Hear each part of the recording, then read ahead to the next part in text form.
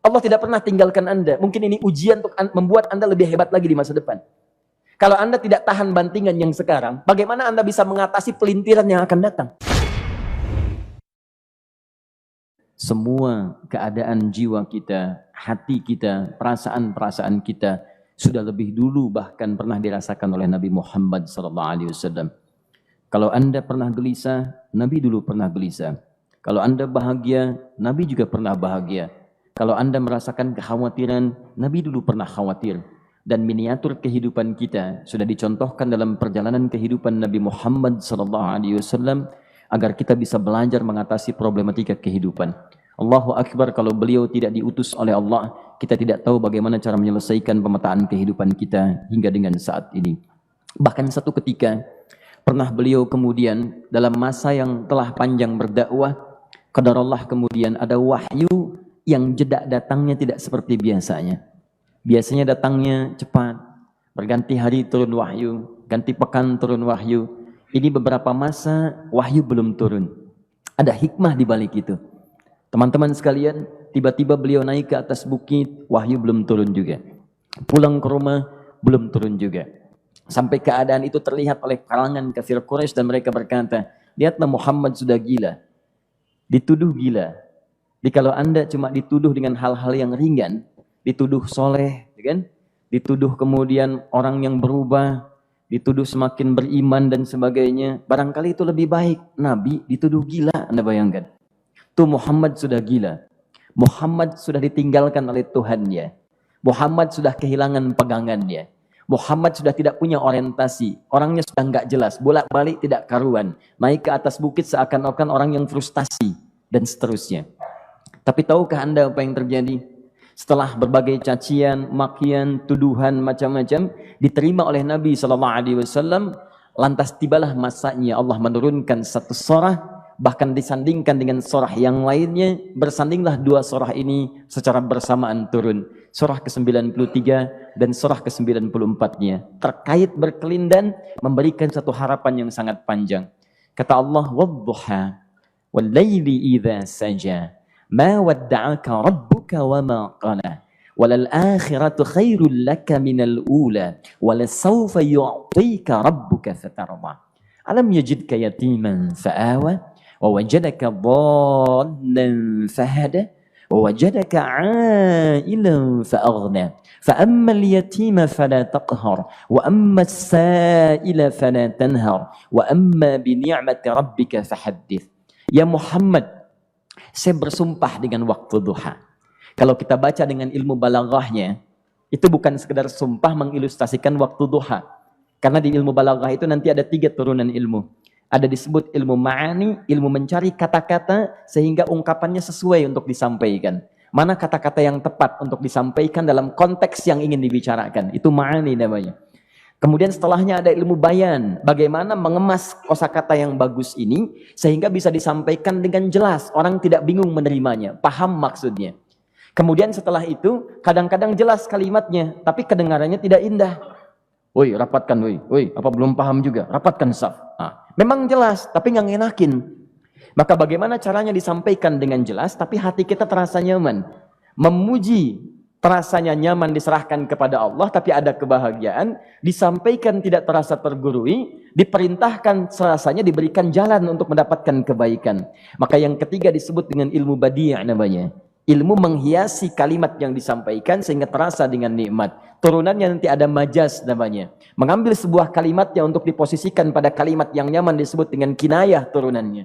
Maka teman-teman kata Allah, wadduha. Diterjemahkan demi waktu duha, bukan sekedar waktu duha, karena duha itu ada cahaya yang indah, dirasakannya enak. Antum keluar waktu duha kan enak tuh, berjemur, kata orang Sunda moyan gitu kan, datang, bahkan sampai dianalisis ada vitamin D-nya bisa terasakan, ya. Kemudian setelah itu ada kenikmatan, enak suasananya, seakan-akan dunia milik sendiri, yang lain numpang. Wah, nyaman keluar itu. Baik, jadi wadduha itu ingin bersumpah mengilustrasikan waktu kenyamanan yang pernah dilalui. Kalau dalam bahasa tafsir yang luasnya, saya bersumpah Muhammad, demi segala kenikmatan yang pernah engkau rasakan dalam hidupmu, seperti engkau merasakan cahaya duha itu. Engkau pernah senang, saya bersumpah dengan kesenanganmu. Engkau pernah tenang, saya bersumpah dengan ketenanganmu. Engkau pernah nyaman, saya bersumpah dengan kenyamanan yang pernah engkau rasakan. Wal-laili idza saja. Dan aku pun bersumpah demi gelapnya malam. Demikian terjemahannya. Bukan sekedar gelapnya malam, saja itu sesuatu yang pekat. Ya, ini belakang kelihatan agak gelap nih. Untuk memberikan proyek, kesini aja Pak, saya cuma ngasih contoh. Contoh, saya bukan mengeluh, bukan, ingin memberi contoh. Ya, contoh pada ilustrasi yang mau saya sampaikan. Nggak apa-apa, biarkan saja. Saya mau contoh kasih kata saja. Ya, ini belakang agak gelap untuk memproyeksikan cahaya ke sini. Tapi yang mau saya sampaikan, kalau gelapnya begitu pekat, semua cahaya ini nggak ada. Cahaya nggak ada nih, sama sekali tidak kelihatan. Saya mau tanya pada Anda, beraktivitasnya mudah atau sulit? Mudah nggak menemukan sendal Anda di luar? Belum tentu. Menemukan jalan keluar pun belum tentu mudah. Anda mesti meraba-raba jalan. Anda mesti kemudian melihat sesuatu dengan pandangan mata hati Anda. Raba, dan sebagainya. Sampai menemukan jalan itu pun belum tentu benar. Itulah yang disebut dengan gelapnya malam saja pekat. Kadang-kadang ada orang yang menghadapi satu kesulitan yang pekat, suasananya siang, cuman karena masalahnya begitu pekat seakan-akan membuat diri dia gelap. Jalan susah, limbung gitu. Kenapa gelap ya? Padahal terang. Karena masalah menggelimuti dirinya seakan-akan dia diselimuti masalah yang gelap. Bimbang dia. Makan gak enak, minum gak nyaman, dan seterusnya. Ya, biasanya makan ayam tenang, ini dikasih yang lebih enak juga rasanya pahit. Gak enak zamannya. Maka kalau kita ilustrasikan dalam suasana tadi Muhammad, saya bersumpah, engkau pernah hidup nyaman, ataupun engkau mengalami masalah yang sangat pekat dalam kehidupan. Engkau alami sesuatu yang dahsyat sampai engkau bingung, bimbang, pekat, mereka menuduhmu dengan macam-macam. Ma wadda'aka rabbuka wa ma qala. Saya pastikan kepadamu, dalam keadaan nyamanmu seperti dulu ataupun engkau bimbang seperti sekarang, Tuhanmu tidak akan pernah meninggalkanmu ataupun menuduhmu gila. Orang-orang yang dekat dengan Allah Subhanahu wa taala, maka Allah akan menjaganya baik dalam keadaan yang tenang dan nyaman ataupun dalam kesulitan yang luar biasa. Walal akhiratu khairul laka minal ula. Nanti saya akan tunjukkan kepadamu.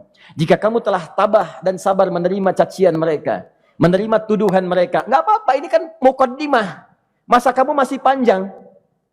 Kamu masih panjang dalam berdakwah. Kehidupan kamu masih panjang membawa tugas dan misi. Kalau kamu belum bersabar pada yang sekarang, bagaimana dengan yang di masa depan?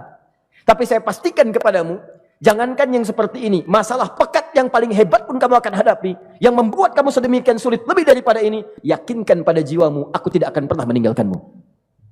Ini prinsip dalam kehidupan kita. Jika Anda menggantungkan hidup kepada Allah, Anda bersandar dengan baik kepada Allah, maka ayat ini akan mengatakan, teman-teman sekalian, Allah tidak akan pernah meninggalkan Anda dalam setiap kehidupan Anda. Nanti, sekarang perjuangan. Kata Allah, walal akhiratu khairul laka minal ula.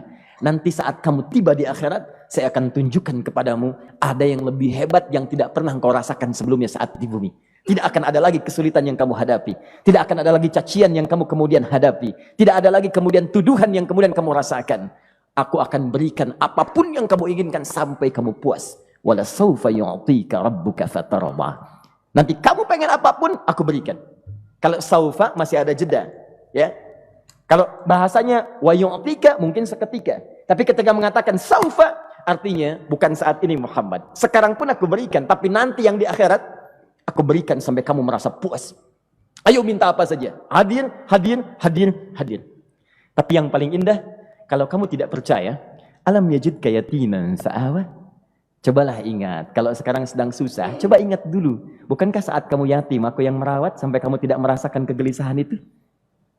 Lahir bapak tidak ada, aku cukupkan dengan kakek.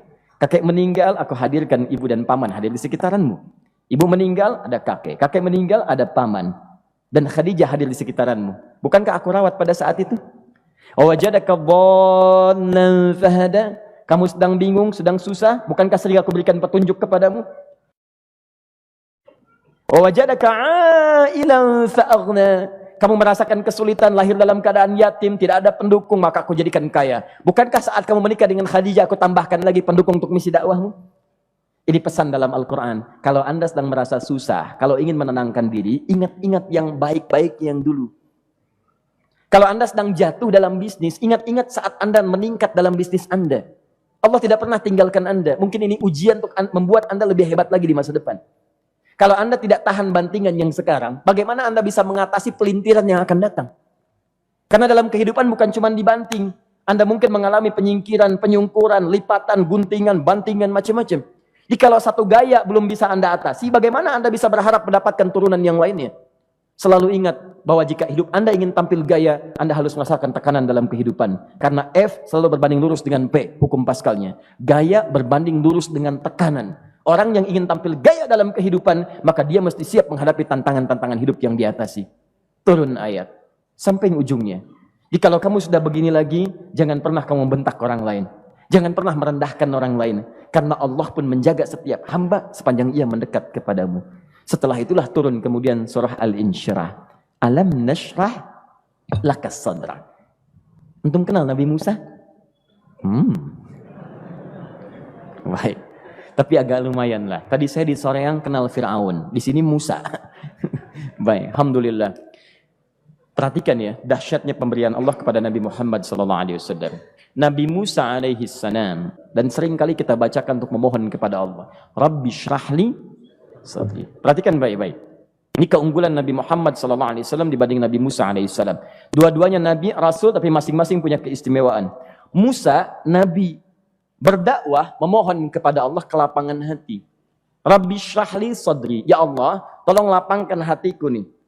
Kenapa mesti lapang? Karena pasti Musa merasakan nih. Saya tahu betul karakter Fir'aun. Belum apa-apa sudah memaki. Kalau orang yang hatinya tidak lapang, tidak akan tahan dengan makian, keluarlah kemudian balasan yang tidak digambarkan sebelumnya. Fir'aun itu kasar.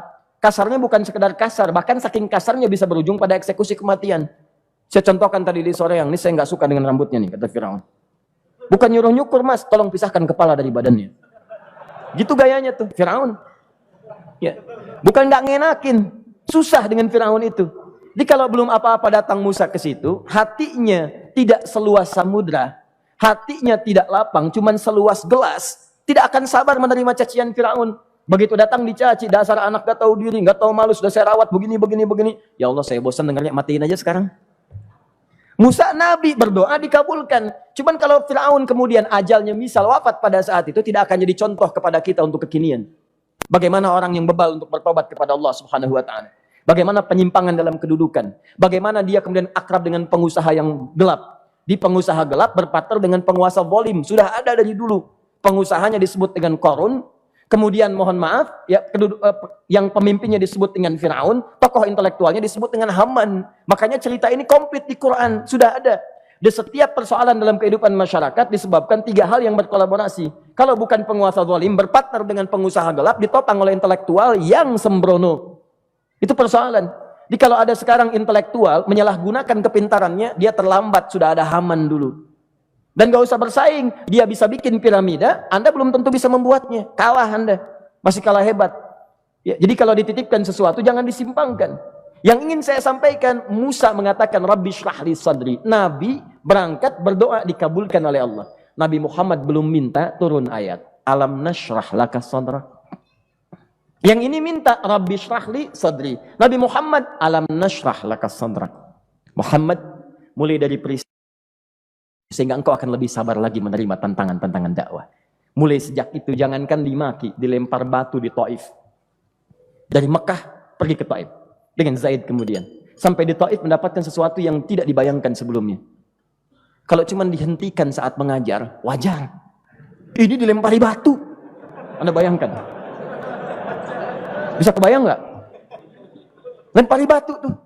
Lempar, dilempar. Zaid jadi tameng, berdarah-darah, kemudian mundur. Mundur, beristirahat di bawah tepian pohon.